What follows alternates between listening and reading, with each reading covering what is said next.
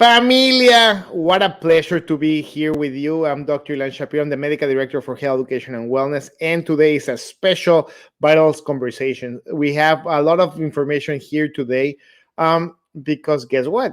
Health is not just about going to the clinic, it's not just going to the hospital, taking your medications. Health actually has a lot of things. And that's why we have a special guest today. It's our first special guest for Vitals Conversation. And I'm going to invite our Commissioner Kennedy to talk about a special, very important topic that we're going to be talking about today, that is redistricting. This is a way that we can actually count better. It's a way that all of us have the voice and the power to count. Why? Because that's the only way that we can actually, on a federal level and state level, make sure that our voices are heard. And the way that actually we're divided and we are actually involved with this process, it's extremely important for all of us. And Commissioner Kennedy, thank you for joining us today. How are you? Doing well. Thanks for having me on this great show.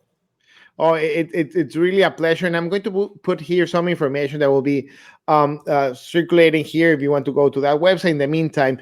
But before I actually give the complete power to you, Commissioner Kennedy, I want to do a small important thing that we need to be talking about. You may ask, why are we involved with this? Why is this so important for us? But let me tell you why. Community health centers have been part of a lot of things. Actually, community health centers were actually born on social justice, making sure that our community was represented. And of course, health was important, but before that, there was not even health. Then that's why it was so important for our underserved communities to be there and to be heard. And of course, a lot of the times, the trusted source of information were the people in healthcare, the la clínica comunitaria, the people that were there, where they were actually leveraging, the conversations and actually empowering not just you need to take your pill, but also, like take care of your neighborhood, take care of yourself, and be represented. And that's part of the conversations that we have, and we wanted to actually to relay with this. And I can tell you for sure that you will go like, okay, doc, what's happening here? Well, there's something called integrated civic engagement through federal qualified health centers. And let me tell you what's important. Me as a doctor, I represent, and you can see the little presentation that we have here. I represent 20% of your health. 20%. That means that with the pills, hospitalizations, and everything, all the technology and power that I have right now, miraculously happening in my hands, it's only 20%. The magic happens when any of us, when we walk out of the clinic, that's where the magic happens. That's where, what's happening in our environment, what's happening with our education, our job, our community, our feeling safe. And of course, if we're misbehaving and smoking and doing other stuff, that doesn't help either. But that's the entirety of what we have right now. And we need to make sure that we need to continue having these conversations. Why? Because the problem that we're having right now is that if we just see that 20% and we don't see our community and ourselves as a common thing, we will still have a lot of problems. And we saw it right now in the pandemic, that we had a lot of people that were suffering, our underserved communities, our communities. Why? Because social determinants of health, on that part, we were failing. And what's actually part of the solution? Well, it's actually involving a lot of these trusted sources of information. These places that we already know that they are part of the federal qualified health centers, to make sure that we are represented and we are heard. Why? Because that way we can have a long-standing trusted source of information. Because your doctor, they know you, they know your family, they know everything. And right now, a lot of the things that we have is that we live, and when we go to our community clinics, there's a story there. There's a feeling. And that's why it's so important. And most importantly, 1 out of 6 Californians are actually served by community clinics. That's a lot. That means 7.2 million people. And in total in the US, it's 29 million people. Then, it's not a small number. And we can actually, apart from giving pills and giving, other advice, we can actually start helping with the social determinants of health and the things that are happening outside of the clinic. Right now, I'm going to share one of the things that we have been very involved with. It's called My Vote, My Health. um, this is something amazing. Why? Because in the past, you know, our communities were not that engaged with that, like speaking up, making sure that we were counting. And most importantly, if we don't count and we didn't engage that part in 2020, we will not have a voice. And that's why it was so important to actually go out to the community and have that part. And you can see here all the beautiful green, purple, and blue dots scattered all over our county. Those are the places that we actually created a lot of difference. Why? Because we actually invited a lot of people that didn't know that it was their right, or they wanted to participate but they didn't know how to do that part. And I'm going to show you some numbers here, and they're amazing. We went door by door to make sure that everybody had the chance and opportunity to get informed and to participate with this. We actually created a lot of networks with a lot of community members to make sure that we were amplifying the message. And what was the message? You count and your voice counts. No matter what type of rainbow color you choose to do whatever you want to do, it's perfectly fine, but you need to represent it, because if you're not represented, someone else will actually do it for you. And you can actually see here, like the dials, the contacts, and everything else that we did, and it was amazing. And it was not just, with the census part of it, but it was also the primary election campaign. Then we were actually making sure that our community was there. We went out, and with My Vote, My Health, and Mi Voto, Mi Salud, we actually reached a lot of the community members that were very hard actually to reach. We empower the Latinx community, and of course the millennial voters, to go out there and make sure that their voices were heard. We actually, with all our campaigns, we actually reached more than, we did some type of something that is called impressions and engagement of more than 11 million people. Then that actually feels empowerment. And the most important thing is to be present. And of course, we went and make sure that we were counted. And the interesting part here is that 1 in every 4 patients choose to complete the census at Ultimate. That means that having that conversation with people that would never do it, at least they had a chance to participate. It's 25%. I hope that next year, the next time that we do it, we will reach like half of it, 2 out of 4. But it's something that we will be doing. And of course, we're growing with this part, and that's why it's so important to actually have these conversations with all of you, and making sure that we are creating this space, safe space, to have a conversation. And right now, I'm going to invite our amazing commissioner to talk about, why it's important, how can we participate and engage all our community. And I'm going to be stepping out of the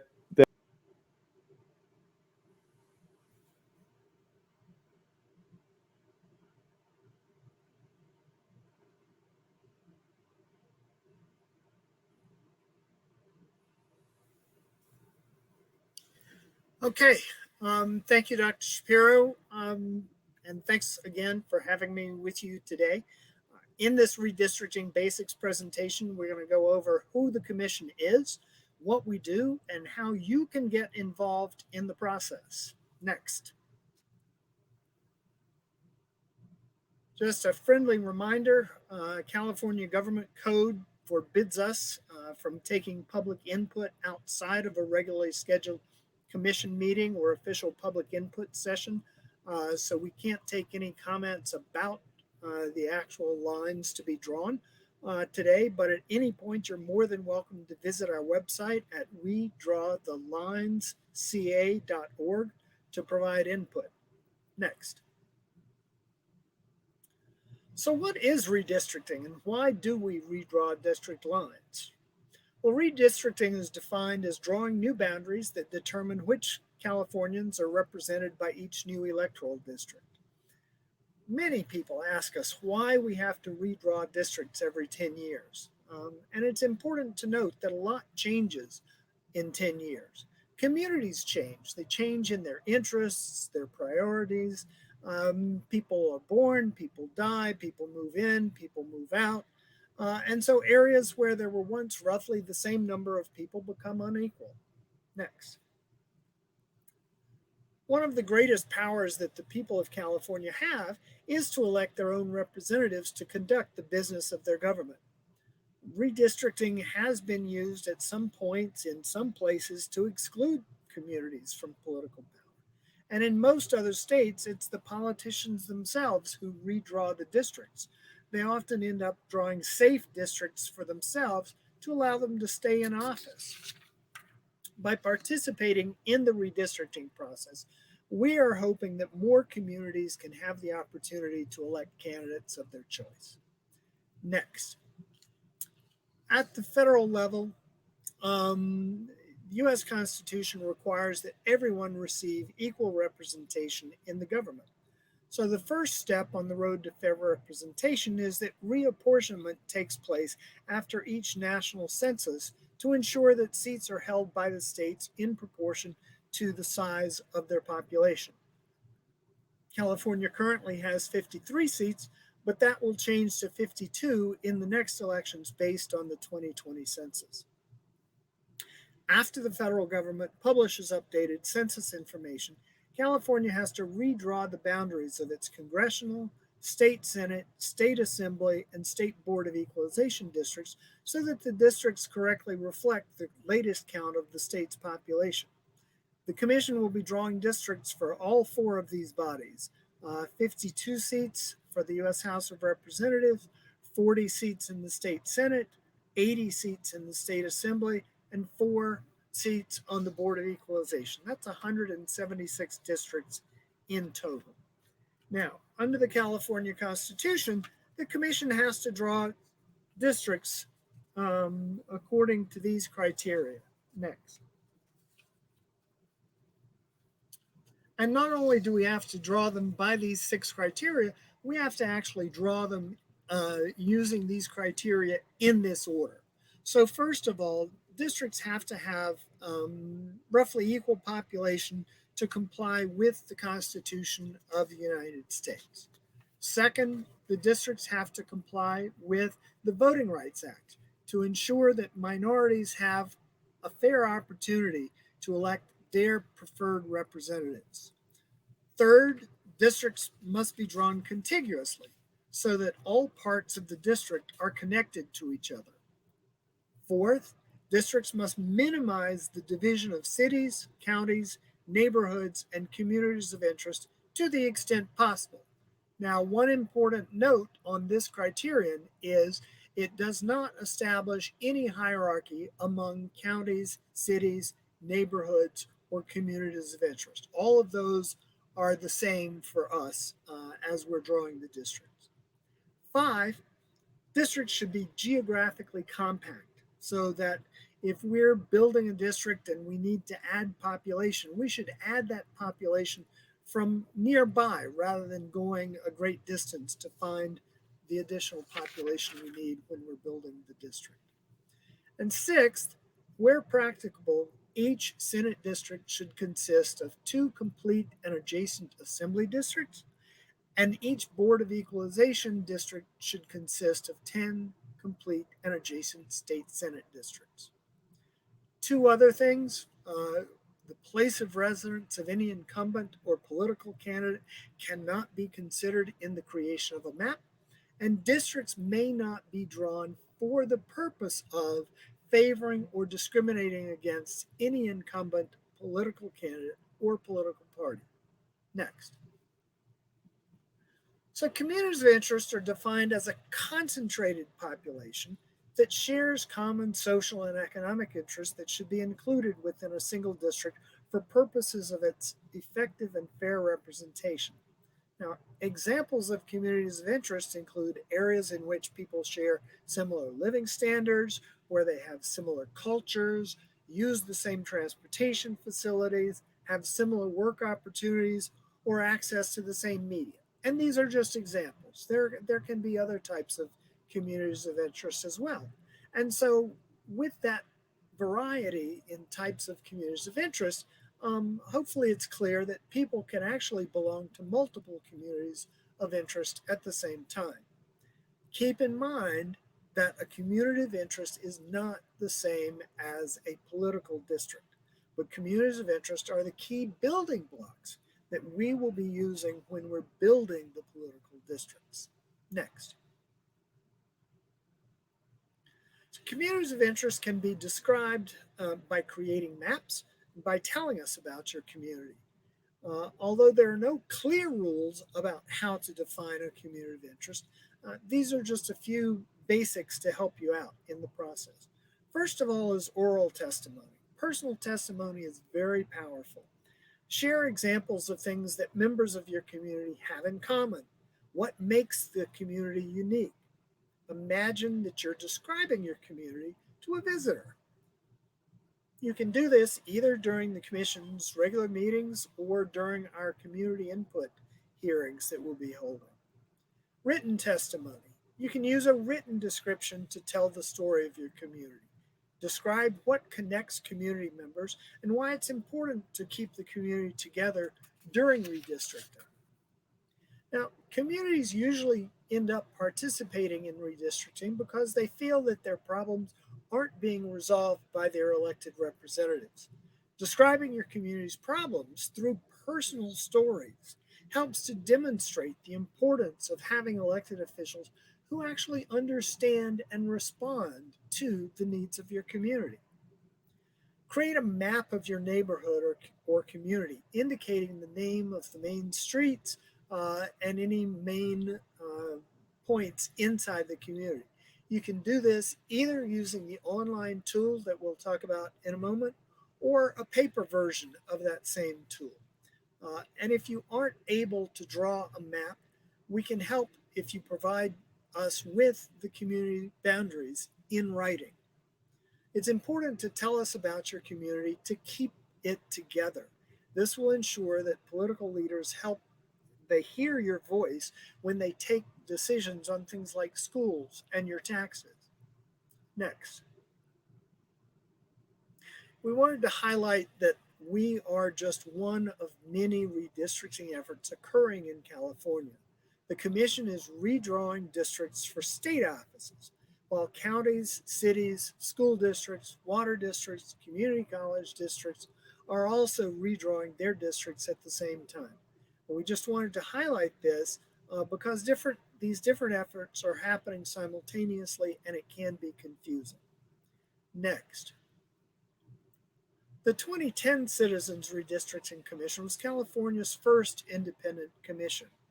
The 2020 Commission is building on the work of that commission and will leave behind detailed documents to assist the 2030 Commission when they perform their duties. Other states with independent commissions include Arizona, which was the first in the country, Colorado, Idaho, Michigan, Montana, and Washington. Next, after an extended application and selection process that attracted more than 20,000 applicants, the first 8 members of the commission, 3 Democrats, 3 Republicans, 2 others, were chosen in random draws from a pool of 36 finalists in July of last year.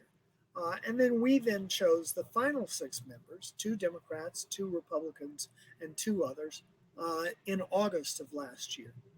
We are as diverse in geography as we are in opinions and expertise. 7 of us are from Northern California, 7 are from Southern California. There are 8 women and 6 men.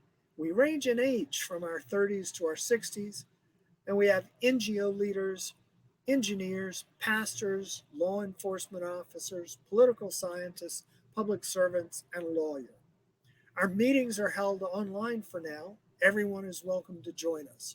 The link for our meetings is on our website, wedrawthelinesca.org.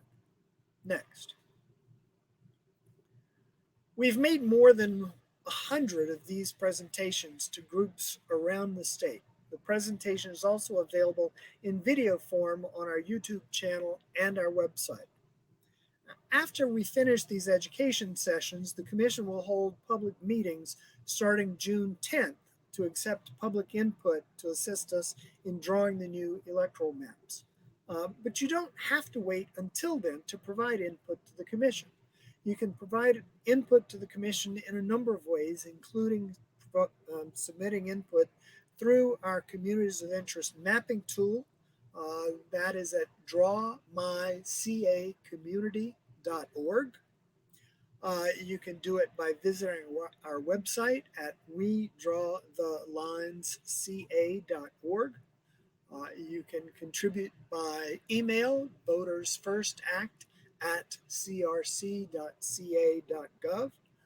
or you can write it all down and send it to us by postal mail, 721 Capitol Mall, Suite 260, Sacramento 95814. All of your input will help the Commission determine the boundaries of your community and your districts. Next. Language access is very important to the Commission. We've taken a number of steps to ensure more Californians will be able to participate in the process. We have our fact sheet, flyer, FAQs, redistricting basics presentation, and script in English, Spanish, simplified Chinese, traditional Chinese, Vietnamese, Tagalog, Korean, Armenian, Farsi, Arabic, Russian, Japanese, Punjabi, and Khmer. We'll translate public comment sections at our CRC business meetings with 5 days advance notice. Any written comment to us that we receive in any format and any language will be translated for the Commission. If you do need an interpreter to participate in a meeting, we ask that you notify the Commission 5 business days prior to request that support, and we'll attempt to contract an interpreter in the requested language. Next.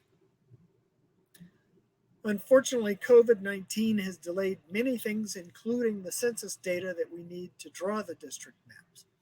The state constitution actually establishes an August 15th deadline for us to submit new maps.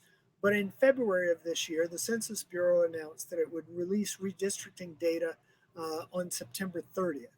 And later in March, they announced that the data would be released in an older format in late August.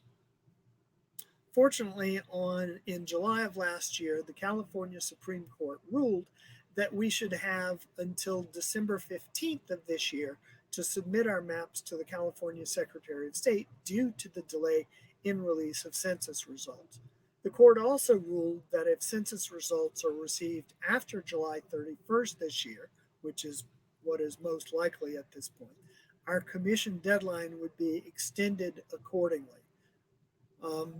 We know that there are elections scheduled for next year, and we're working to minimize the impact of any delay on those elections. Next.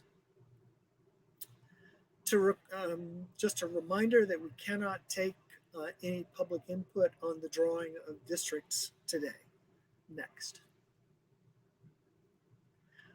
To request one of these educational sessions, contact the Commission. You can also check out our website, wedrawthelinesca.org, which has a wealth of information. You can also follow us on social media, our Twitter, Instagram, Facebook, LinkedIn, and YouTube accounts at wedrawthelinesca. So thank you very much, and happy to continue the dialogue with you. Commissioner, this is so empowering. And I get very excited when we talk about this because we have heard a lot of things. And a lot of times, and we always complain like, why? Oh, why this? Or why that? And I wanted color, the dark blue color. No, I wanted the gray color. And we start debating a lot of things regarding policy and public health stuff. And a lot of times go like, okay, did you vote? No. Did you talk to your representatives? No. Did you know how to do it? No. And that's the important thing of this conversation, actually putting all together. The commission is designed to make sure that we are represented, that our voices are heard. And right now, we after this conversation, this vital conversation, we do not have an excuse not to activate ourselves. And most importantly, this video will be live there forever and ever and ever, that you can go back and forth and you can replay it. And the most important thing is that if we want actually to complain, we need to start putting our hands on the air and say, I'm here. I want to do something. I want to be represented. And that's the important thing. And I thank you so much, Commissioner Kennedy, and all of your team of commissioners, because this is hard. And right now, the beautiful part is that we have multiple languages, multiple ways to participate. You have the written stuff, you have actually the website, you have the telephone number, you have multiple layers that way you can actually create your own personal plan. I can tell you for sure that I will be actually sending videos and stuff, emails, because that's the easiest part for me to actually communicate and at least say what I feel that it needs to be happening in my neighborhood, because everything starts in our close community. As we say it in health, we are all intrinsically related. We are all together. And that's why it's so important, all of us, that we need to start, you know, participating, raising our Yep. voice and saying that we're here. Then thank you so much, Commissioner Kennedy, for this. And right now I will be closing because we are actually getting to the closing point.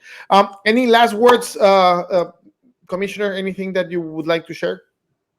Just to congratulate Ultimed for this initiative. I think it's fantastic. I hope our voices reach, thousands, tens of thousands, hundreds of thousands of people, not only in greater Los Angeles, but throughout the state. You're doing great work, and thank you so much for this opportunity. It's really our pleasure, and we're here to amplify and be part of all this amazing work that you're doing. And I'm going to say goodbye to everybody. Familia, thank you so much for being part here with us. This is Dr. Ilan Shapiro, the Medical Director for Health Education and Wellness. This is actually your Vital Conversations. We have Vital Conversations every Thursday at 12. We're here completely. This was a special episode that we had an amazing, amazing, amazing conversation with Commissioner Ray Kennedy. And right now, as always, make sure that we continue vaccinating our communities against fear with a dose of truth. Thank you very much, everybody, and have a beautiful, beautiful day, week, wherever you are.